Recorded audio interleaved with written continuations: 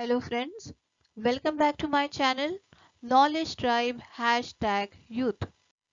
In the previous video, we have discussed two different business forms. One is sole trading concern and the another one is the partnership form. In this video, we'll be discussing about limited liability partnership, that is LLP.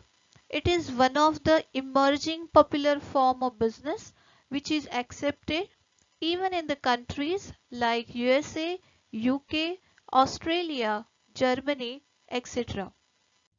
So let's understand what is LLP. Before that, please subscribe to my channel, like, share, comment and spread knowledge. Limited Liability Partnership or LLP, introduced in India from financial year 1st April 2009. It is ruled by a separate legislation, that is LLP Act 2008. Hence, Partnership Act 1932 is not at all applicable.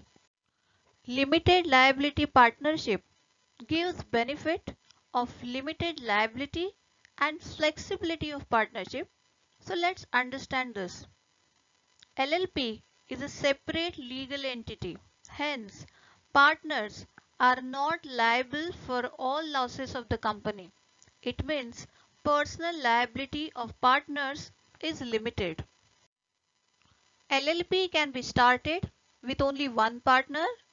That means sole partner can add new one without dissolution.